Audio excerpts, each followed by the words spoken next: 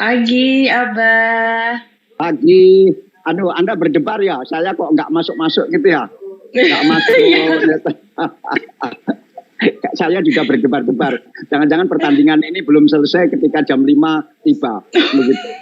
Tapi pas 3 menit, 2 menit yang lalu pertandingan selesai, jadi kita bisa on time. Gitu. Kayaknya ya, menyesuaikan sama Abah ini. Enggak, saya menyesuaikan dengan pertandingan bola. Pas 2 menit yang lalu selesai, jadi terus saya cepat-cepat set up ini, kemudian ketemu Sasa lah. Gitu. Iya, tapi menang Bah, jagoannya menang? Ya, kebetulan menang lagi 4-1. Alhamdulillah. Newcastle. Tapi ya, ya nggak terlalu baik tahun ini Liverpool. Malah ini MU yang trennya belakangan luar biasa. Ya. Iya, MU didukung apa? Tapi nanti malam kan Persebaya main ya. Ya. Ya. Dia kayak MU juga, ganti pelatih terus kelihatan lebih baik gitu. Amin. Alhamdulillah. Pak MU apa Liverpool Pak kira-kira Pak? Ya bisa masuk 4 besar udah bagus lah tahun ini. 4 besar itu berarti kan lolos ke Piala Champions kan. Ya. Ini yang dikhawatirkan bisa lolos Piala Champions enggak tahun depan. Oke, kita bahas apa? Nah, hari ini kita bahas fenomena pinjol, Bah. Fenomena pinjol di Indonesia. Kan sudah terlalu lama pinjol. Sudah. Tapi apa, memang masih marak ya? Marak sekali, Bah. Masih naik. Naik terus. Gitu ya? Masih. Iya, betul. Jadi tren pinjol ini bahkan OJK sendiri itu mengatakan bahwa per tahun itu year on year itu naik 25%, sekitar 25%, Bah. Wow. Ya, itu makanya ini fenomena yang menurut saya ini patut sekali untuk kita bahas gitu, karena memang ternyata untungnya kan yang tahun kemarin akhirnya ada ini ya, Bah, aturan terbaru gitu, kalau semua pinjol itu hanya bisa diakses untuk orang dengan minimal umur berapa. Tapi sebelumnya itu sampai anak SMP itu terjerat pinjol juga, Bah, ada beritanya gitu, sampai nggak mau sekolah sebulan. Gitu. Nah, kalau menurut Abah sendiri ini ya? Memang OJK, ya kebetulan OJK lagi kena musibah ini. Dan ketuanya mengundurkan diri, pimpinan-pimpinannya mengundurkan diri, persoalan harga saham kemarin ini. Dan sekarang sebetulnya kalau kita membicarakan pinjol ini, kita menambah beban lagi OJK. Tapi ya pinjaman online ini yang sulit adalah pembukuannya di data pendataan ekonomi kita ini yang harus semakin kuat, semakin di warning bahwa dan fintechnya kan ini kan memang zaman fintech lah ya, zaman pengaturan keuangan lewat teknologi informasi ini ya, ini zamannya berubah ke sana. Tetapi bank kan punya prinsip prudensial, artinya harus prudent, yang pinjam ini untuk apa. Yang berat adalah kalau pinjaman ini kan untuk DP. Itu yang paling berat, yang DP-nya juga online. Nah, itu pengaruhnya tidak saja kepada struktur ekonomi kita, tetapi juga real ke masyarakat. Ini ada 2 arah ya. Satu, pinjaman online sebagai sarana mudah untuk pinjam uang dan penggunaannya juga mudah, begitu. Pinjaman online sebagai perwujudan dari pelarian orang sulit mendapat pinjaman di bank, kemudian pinjaman online juga mencerminkan ekonomi lagi susah. Ini yang mana? Jadi ini ada 3 aspek. Satu, pinjaman online untuk hal-hal yang tidak produktif, apalagi untuk judi online misalnya. Yang kedua, karena perbankan masih sulit mengakomodasi pinjaman-pinjaman cepat kecil, sehingga BPR ini belum bisa mengambil alih peran itu. Kemudian sebagai cermin apakah ekonomi kita memang betul-betul mengalami kesulitan yang di bawah. Nah, yang paling berat kan kalau untuk judi online itu. Jadi pinjaman online untuk judi online yang kemarin ada camat atau mana di Jakarta Barat ya yang harus diberhentikan karena sampai 1,2 miliar uangnya larut ke dalam judi online, uang pemerintah lagi begitu. Nah, ini pengaruhnya saya begini. Bulan lalu atau 3 minggu yang lalu itu saya diminta diskusi dengan seluruh manajer satu perusahaan yang sangat besar di Indonesia, perusahaan logistik. Dan saya tentu diminta berbagai pendapat mengenai perusahaan itu dan mengenai bisnis ke depan. Kemudian waktu diskusi itu saya minta para manajer ini punya problem apa, begitu.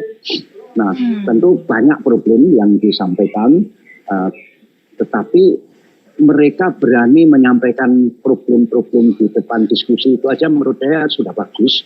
Dan karena itu kenapa perusahaan itu maju sekali, karena para manajernya bisa mempunyai peluang untuk mengemukakan pendapat apapun termasuk problem yang sedang dihadapi. Nah, salah satu manajer bagian HRD yang ngurusi karyawan itu punya keluhan begini. Pak, sekarang ini problem kekaryawanan kaitannya sama produktivitas, kaitannya sama disiplin itu terpengaruh oleh pinjol, Pak. Saya sebagai manajer HRD katanya itu menemukan banyak kasus karyawan yang di bagian pengiriman itu produktivitasnya menurun sekali, bahkan menjadi persoalan bagi teman-temannya, persoalan bagi dia sendiri dan persoalan bagi perusahaan. Karena setelah diselidiki orang-orang itu terlibat di judi online. Nah, sampai di situ pengaruhnya. Nah, kalau pinjaman online misalnya ini untuk dagang dan kemudian dagangnya yakin bisa menghasilkan lebih banyak dari bunga, itu masih oke lah begitu. Toh juga banyak pengusaha yang harus cari pinjaman uang panas dengan bunga tinggi karena mengejar proyek ini bagus sekali, labanya banyak, biarpun saya pinjam uang panas istilahnya, tetapi masih akan dapat laba begitu. Tapi kalau sudah masuk judi online dan pasti itu kalah, itu kan itu bencana yang bertumpuk-tumpuk. Ibaratnya sudah jatuh, terus ketimpa tangga, mungkin keinjek gajah lagi misalnya begitu. Nah, bertumpuk-tumpuk. Nah, ini kalau misalnya pinjaman online ini diketatkan, berarti perusahaan fintech ini dikontrol lebih kuat lagi. Harusnya begitu ya, tapi ini kan semua OJK. Dan Anda tahu sekarang OJK lagi pusing luar biasa karena harga saham jatuh drastis, dan jatuhnya harga saham ini sangat memalukan Bapak Presiden kelihatannya, karena di saat beliau lagi gembar-gembor soal anti asing dan segala macam begitu, ternyata ada perusahaan asing yang merilis satu data mengenai pasar modal Indonesia dan itu membuat harga saham jatuh sekali. Ini, saya tidak bisa bayangkan ngamuknya presiden kita dalam keadaan seperti ini. Nah, berarti ya pinjaman online ini harus kita tinjau lebih dalam lagi karena pengaruhnya terhadap, kalau itu lari ke judi online, pengaruhnya terhadap terkurasnya uang di lapisan bawah, karena pinjaman online umumnya kan dilakukan oleh lapisan bawah dan judi online juga umumnya dilakukan di lapisan bawah, maka ini akan terjadi pengurasan atau uang orang bawah ini dikuras lari ke sesuatu yang tidak produktif dan akhirnya uang itu tidak beredar di bawah atau peredaran uang di bawah itu berkurang karena lari ke atas dan kemudian lari ke pelaksana judi online itu apakah di luar negeri atau kalau dulu kan di Filipina, kemudian di Filipina diberantas habis-habisan, kemudian lari ke Myanmar diberantas habis-habisan, kemudian lari ke Kamboja, dan saya punya dulu semacam semacam kenalan anak muda yang luar biasa hebatnya di bidang IT. Kemudian saya lama nggak ketemu, saya tanya temannya, loh dia di mana sekarang? Oh lagi di Kamboja Pak. Aduh, saya sudah khawatir di sana pasti dia nanti kena jebak jaringan judi online dan jaringan penipuan internasional itu. Nah, tetapi kan kita sudah dengar, sudah baca beritanya, bos besar penipuan internasional termasuk judi online itu kan sudah ditangkap dan sudah dikirim ke Tiongkok. Meskipun dia sudah warga negara Kamboja, jadi dia ini orang yang lahir di Provinsi Fujian, umurnya baru 36 tahun, sudah luar biasa hebatnya, kapan itu kita singgung sebentar. Kemudian dia mendalami satu penipuan internasional besar-besaran termasuk judi online, tapi kan sekarang sudah ditangkap. Karena itu waktu di awal tadi saya bertanya apakah pinjol ini masih marak katanya. Nah tinggal saya kalau ada penelitian kemana larinya pinjol ini yang menurut saya serius sekarang. Tapi siapa ya yang harus melakukan? Ya harusnya OJK.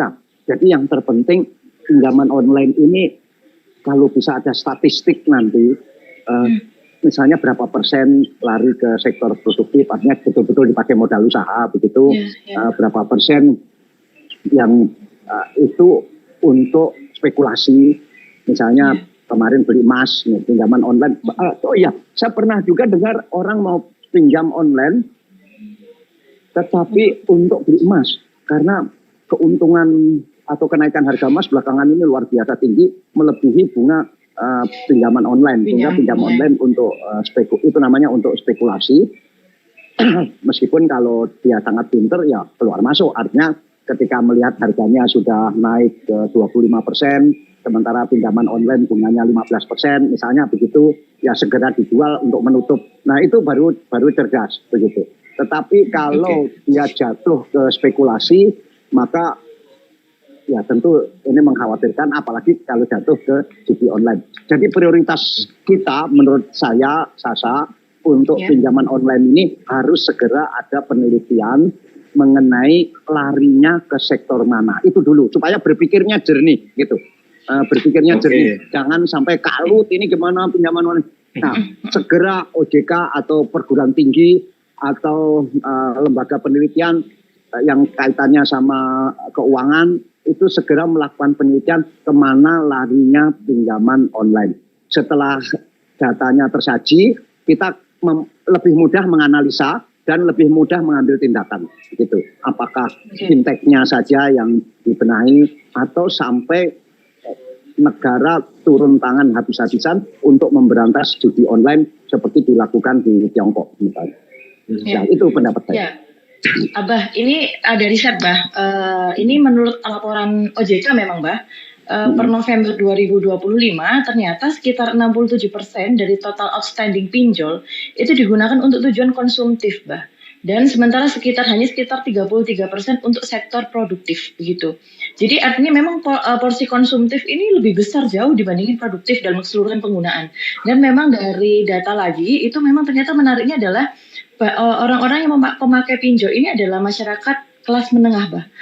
Milenial dan juga malah Gen Z sekarang. Jadi dua ini yang memang secara data ini sedang marak ini dapat pinjol. Menurut saya penelitian itu belum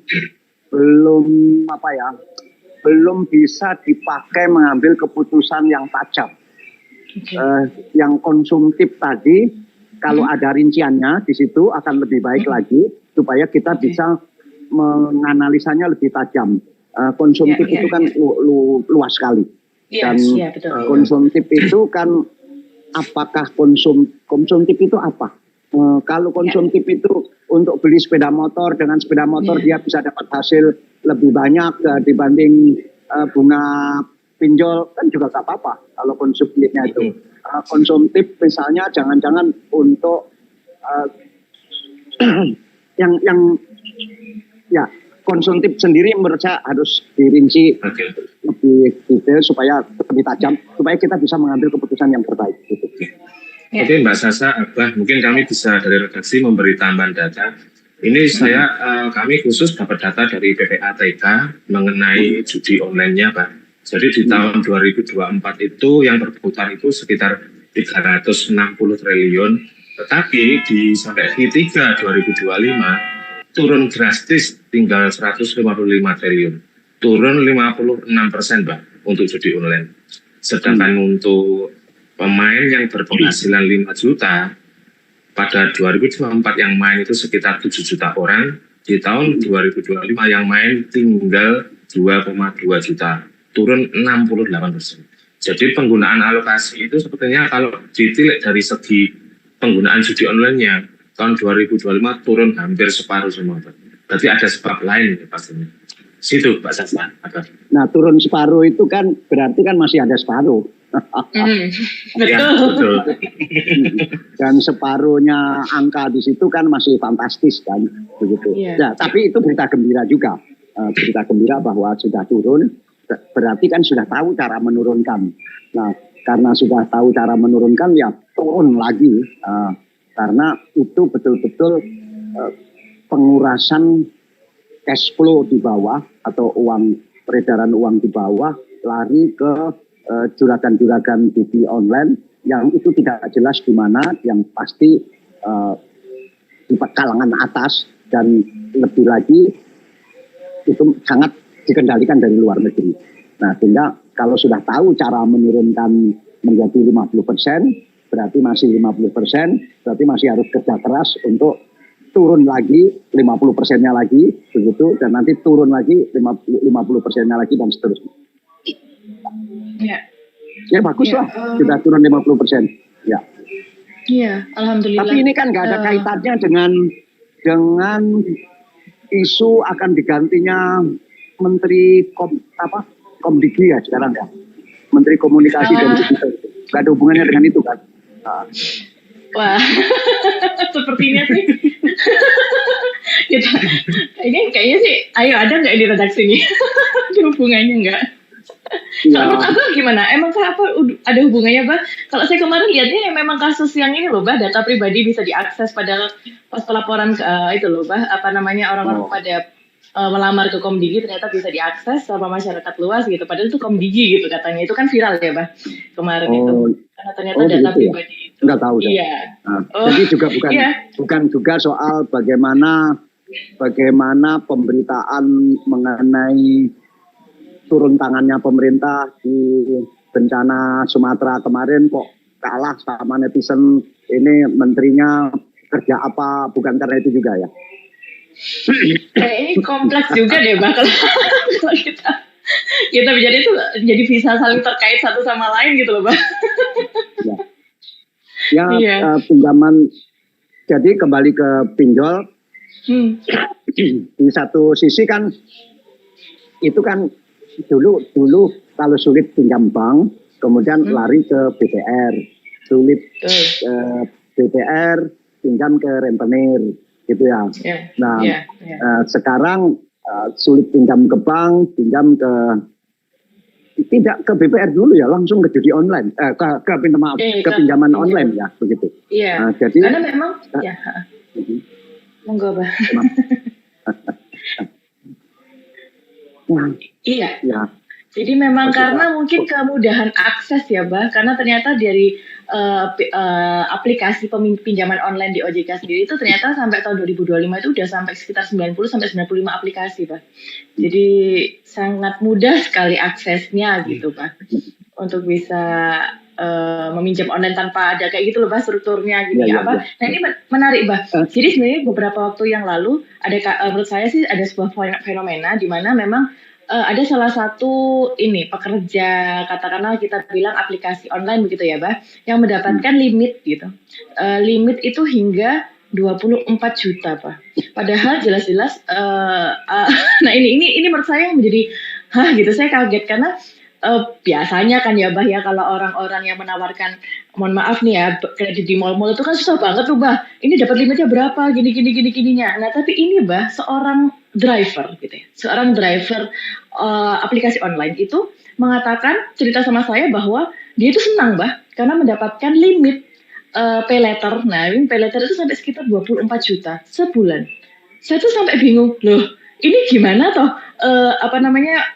caranya kok bisa sampai diizinkan. Jadi akhirnya beliau itu jadinya merasa bahwa oh lumayan Mbak 24 juta saya, jadi saya bisa. Nah itu hidup konsumtif itu beli kebutuhan sehari-hari, dan dengan bunga itu sekitar saya baca itu minimal sekitar 2,953% per per bulan. bulan.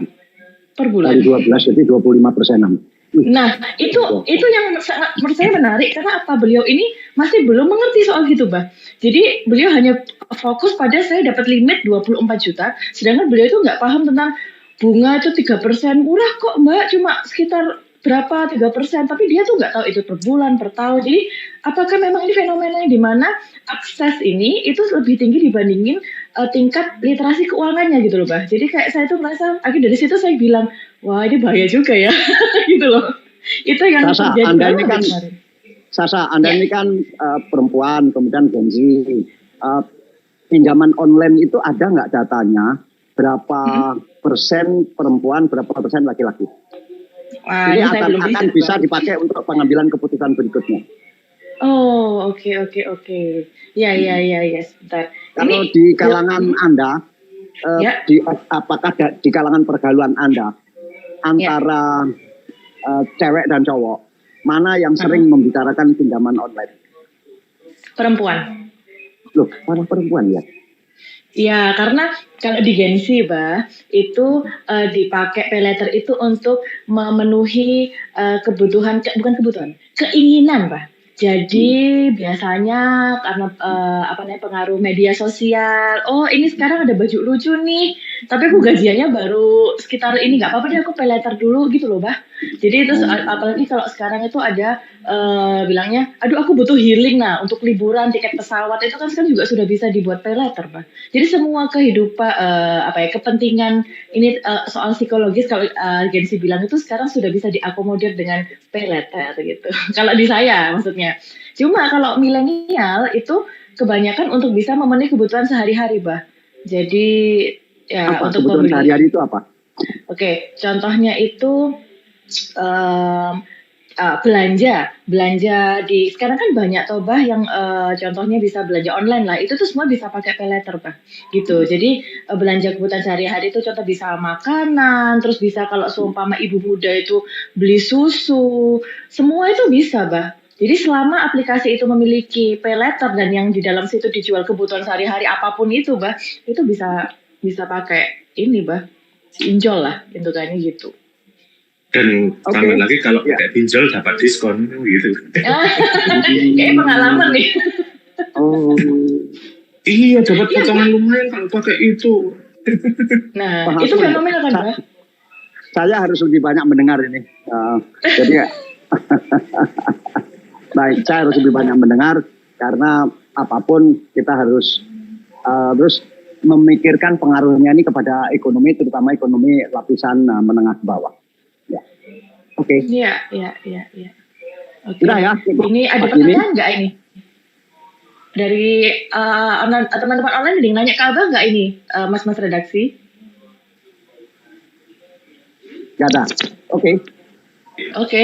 Mungkin dari permintaan Abah yang terakhir tadi kami bisa provide bahwasanya Abah per hari ini yang laki-laki itu 12,8 juta orang, yang perempuan 12,5 juta orang. Untuk ya kurang lebih lah ya, kurang lebih.